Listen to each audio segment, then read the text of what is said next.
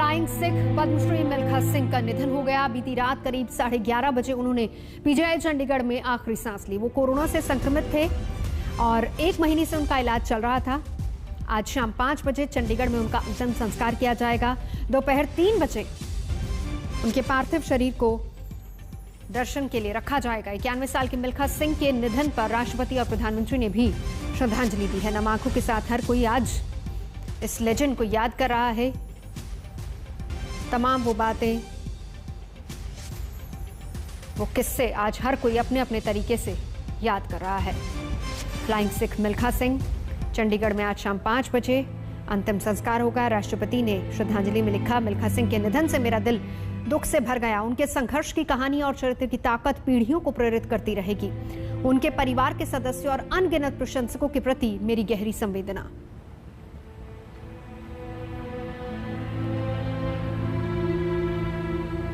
प्रधानमंत्री ने भी ट्वीट करके श्रद्धांजलि दी है। उन्होंने कहा है कि मिल्खा सिंह एक लेजेंड के तौर पर थे, एक विशेष स्थान उन्होंने बना लिया था। उनके प्रेरक व्यक्तित्व ने उन्हें लाखों लोगों का प्रिय बना दिया था। उनके निधन पर आहत हैं उनके परिवार और दुनिया भर के प्रशंसकों के प्रति मेरी संवेदना।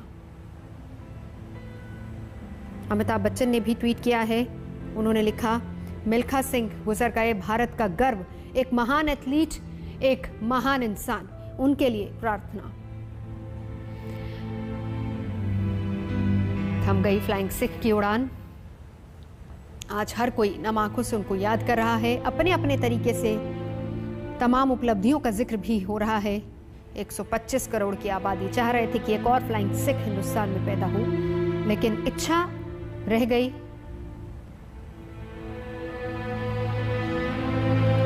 तीन बातें जो हमेशा वो कहा करते थे, जिसका जिक्र उन्होंने अक्सर हर मंच पर जाकर भी किया और अपनी किताब में भी उसका जिक्र उन्होंने किया था।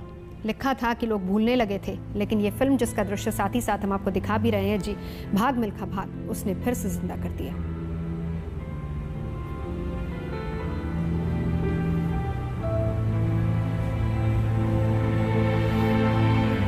क्या सोच, किस तरह की बातें मिल्खा सिंह के जहन में थी, हम आपको दिखाते हैं उनका एक पुराना इंटरव्यू। पहुंचने का नहीं, मैंने आपसे ये कहा है कि ये जो अवार्ड है अब 40 साल के बाद देने का कोई मतलब ही नहीं। अगर मुझे लाइफ टाइम अचीवमेंट के लिए कोई अवार्ड देना था, जिन लोगों के मैंने नाम लिए, अगर उन लोगों को अवार्ड देना है तो सेपरेट अवार्ड होना चाहिए। अर्जुन अवार्ड का मतलब ही नहीं।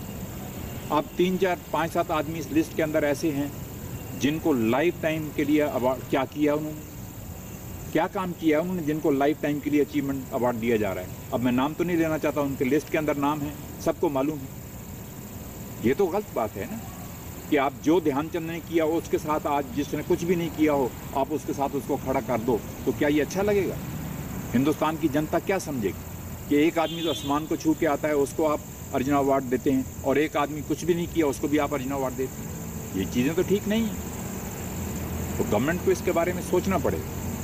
लोगों के अंदर रंजिश बहुत है। जहाँ फील्ड में मैं जाता हूँ लोग मेरे से बातें करते हैं, क्योंकि मेरे से तो खुली बात कर सकते हैं वो, गवर्नमेंट से तो जाके नहीं कह सकते। अब आपने देखा है कि मैं आपको कितने ही स्पोर्ट्समैन बता सकता हूँ जिनके पास गोल्ड मेडल हैं, वो पड़े हुए हैं और बेचारे रो रहे हैं, उनके पास कोई अवार्ड नहीं है।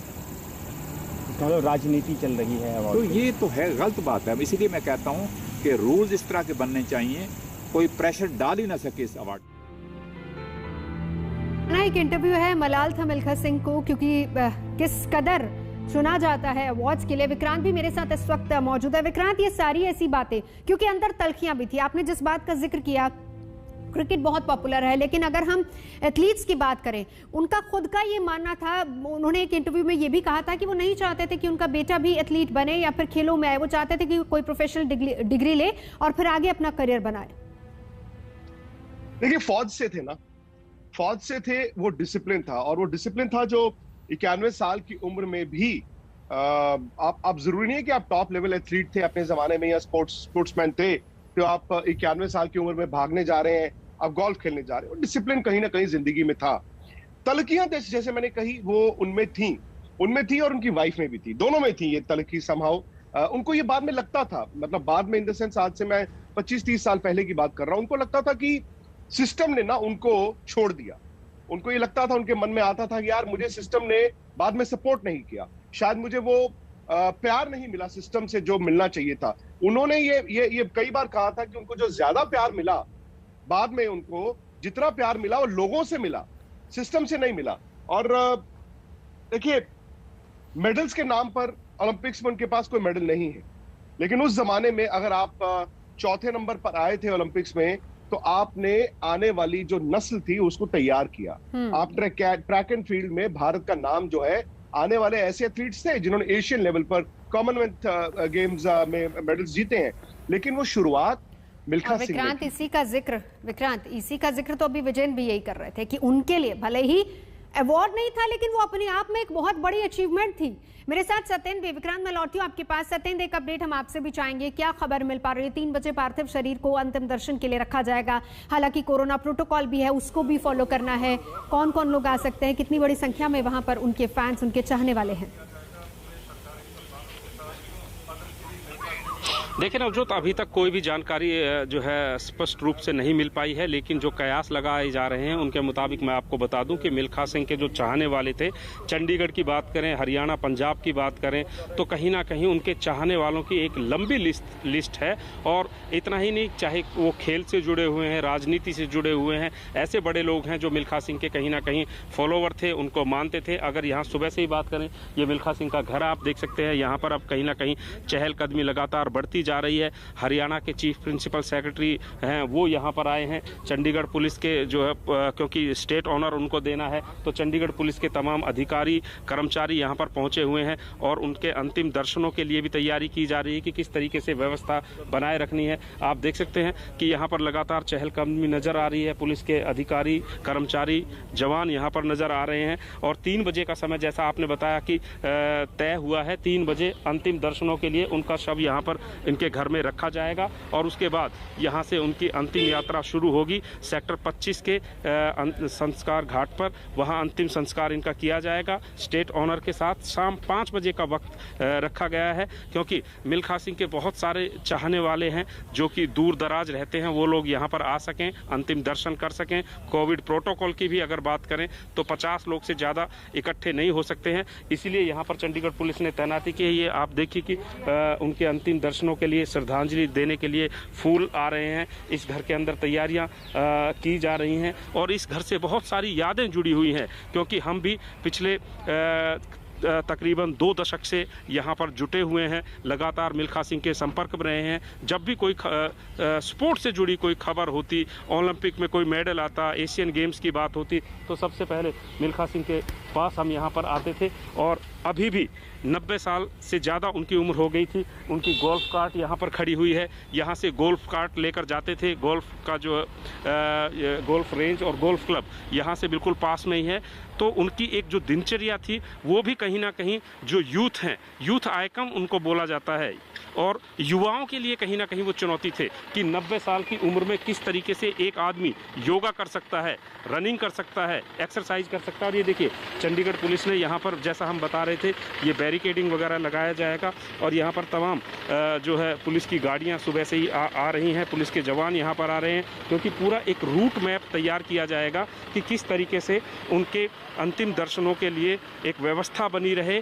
और शहर का हर एक आदमी कहीं ना कहीं कम से कम उनको देखना चाहता है, उनके श्रद्धांजलि देना चाहता है। हालांकि सोशल मीडिया की ही अगर आप बात करें तो कहीं ना कहीं कल से ही लगातार ट्रेंड हो रहे हैं मिल्खा सिंह, और पूरी दुनिया में उनके चाहने वाले थे और फ्लाइंग सिख उन्हें कहा जाता था। और ये भी दिलचस्प बात है, वो भारतीय धावक थे, भारत के लिए मेडल लाते थे, मेडल्स की एक लंबी लिस्ट है, लेकिन उनको फ्लाइंग सिख की उपाधि पाकिस्तान के राष्ट्रपति अयूब खान ने दी थी। तो एक ऐसा दौर था जब मैं लौटती हूँ आपके पास। मेरे साथ विक्रांत मेरे सहयोगी हैं, साथ ही ओलंपियन कृष्णा पुनिया भी हमारे साथ जुड़ चुकी हैं।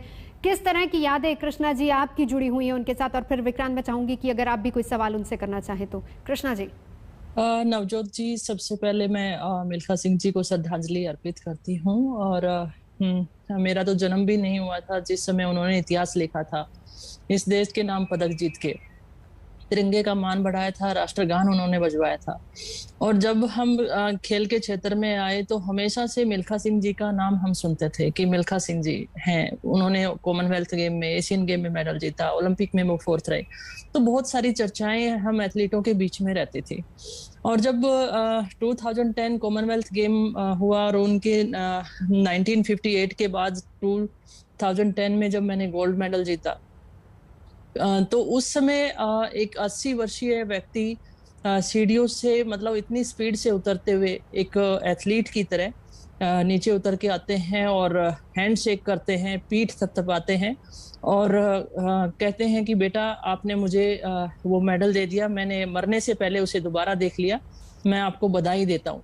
तो मैं इस तरीके से उन्हें मैं याद करती हूँ। और मैंने जिस तरीके से कहा कि एक 80 वर्षीय कोई व्यक्ति जैसे सीढ़ियों से उतर के आता है तो उनकी जो चाल थी, उनके बोलने का ढंग था, उनका जीने की जो शैली थी, जिस तरीके से वो रहते थे, वो हमेशा जिंदा दिल। और उन्होंने अपने आप को अकेले फील्ड पे नहीं, अपनी लाइफ में भी उन्होंने अपने आप को साबित करके दिखाया। वो एक खेल जगत के कोहिनूर थे जिन्होंने अपने इस देश को पहचान दिलाई वर्ल्ड लेवल पे। और जैसे कि मिल्खा वर्ड का नाम है सम्राट, तो वो एक सम्राट की तरह जिए, मैं ये कहना चाहूंगी। हमने आज एक अपने सम्राट को, कोहिनूर को एथलेटिक जगत में खोया है। एक शोक की लहर है हम सबके बीच में, और खास करके उन युवाओं के लिए जो प्रेरणा स्रोत थे। तो ये एक बहुत बड़ी क्षति है इस देश के लिए। कृष्णा जी, मैं विक्रांत गुप्ता बोल रहा हूँ और मैं चाहूंगा कि आप जो यादें हैं मिल्खा जी की इसी तरह से दर्शकों से साझा करें। लेकिन एक 2007 का इंटरव्यू उनका है जो हम पहले आपको सुनाना चाहते हैं। जी। मुझे इस बात की खुशी है कि हिंदुस्तान को आज़ाद हुए करीबन कुछ 60 साल हो गए हैं। सबसे पहले तो मैं हर हिंदुस्तानी को इस आज़ादी के लिए बधाई देता हूँ, चाहे कोई कनाडा में रहता है, इंग्लैंड में रहता है, अमेरिका में रहता है या हिंदुस्तान में रहता है। ये खुशी की बात है कि ये 60वां साल हो गया है कि हमारा देश आज़ाद हुए। आपने जो सवाल किया है कि मिल्खा सिंह ने 1960 के अंदर ओलंपिक रिकॉर्ड तोड़ा, वर्ल्ड रिकॉर्ड तोड़ा, मगर वो हिंदुस्तान के लिए मेडल नहीं जीत पाया। आपको ये मालूम होना चाहिए कि मेरी ये ख्वाहिश है, क्योंकि मेरी एज जो है अब करीबन मैं 80 के आसपास जा रहा हूँ।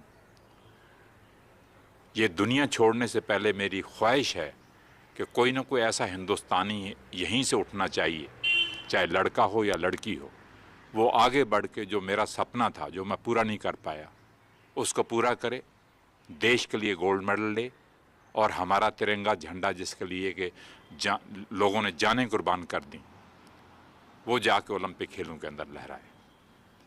मिल्खा सिंह जी, उन दिनों में की मुश्किलों का ये आपने जो सवाल किया ये सही बात है कि जिस ज़माने में मैंने दौड़ना शुरू किया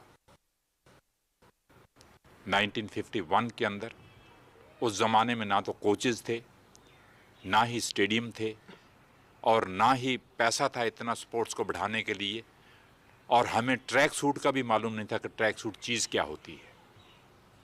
मगर आज हिंदुस्तान के अंदर इतनी फैसिलिटीज़ हैं कि कोचेज़ हमारे पास 27-28 हज़ार कोचेज़ हैं, स्टेडियम्स हैं, पैसा है, हर फैसिलिटीज़ हमारे पास है।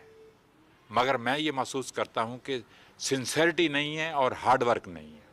जिस दिन सिंसेरिटी और हार्ड वर्क आ जाएगा, मैं समझता हूँ कि हिंदुस्तानी आदमी को रोक नहीं सकता आगे बढ़ने से। आपको मालूम है कि मिल्खा सिंह पैदा हिंदुस्तान में हुआ, मगर उसने वर्ल्ड रिकॉर्ड तोड़ा, ये एक बहुत बड़ी बात थी। उसके बाद गुरबचन सिंह रंधावा आया, वो भी ओलंपिक फाइनल में पहुंचा। उसके बाद श्री राम सिंह जी आए 1976 ओलंपिक में, वो भी वहाँ पे पहुँचे। तो मैं PT उषा आई, वो भी 84 ओलंपिक्स में, वो भी फाइनल में पहुँची। तो हिंदुस्तान के अंदर टैलेंट की कमी नहीं है। मैं आपको जो बात बता रहा हूँ ये एक चेन है, गवर्नमेंट है, एसोसिएशंस हैं, इंडियन ओलंपिक एसोसिएशन है और खिलाड़ी हैं। जब तक ये सब लोग सिंसियर नहीं होंगे तब तक हमें बहुत मुश्किल है कि हम अपने देश का नाम जो है ओलंपिक खेलों में ऊंचा कर पाएँ। अब आपने देखा है चाइना के अंदर ओलंपिक गेम्स हो रही हैं, मगर चाइना ने, मैं अपने बेटे के साथ जाता रहता हूँ, he is a golfer, golf खेलता है, मगर जब मैं चाइना में जाता हूँ उनकी मैंने स्पोर्ट्स एकेडमीज विजिट की हैं कि चाइना अब ये कर रहा है कि चाइना कहता है कि पिछली ओलंपिक गेम्स के अंदर हम अमेरिका से एक गोल्ड मेडल से पह गए।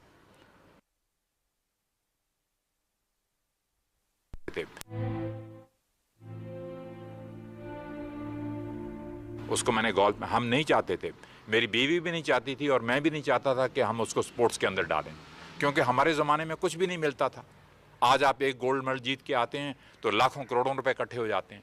मेरे पास एशिया के 6-7 गोल्ड मेडल हैं, ओलंपिक का रिकॉर्ड मैंने तोड़ा है, वर्ल्ड का रिकॉर्ड मैंने तोड़ा है, मगर हमें किसी ने एक धेला भी नहीं दिया।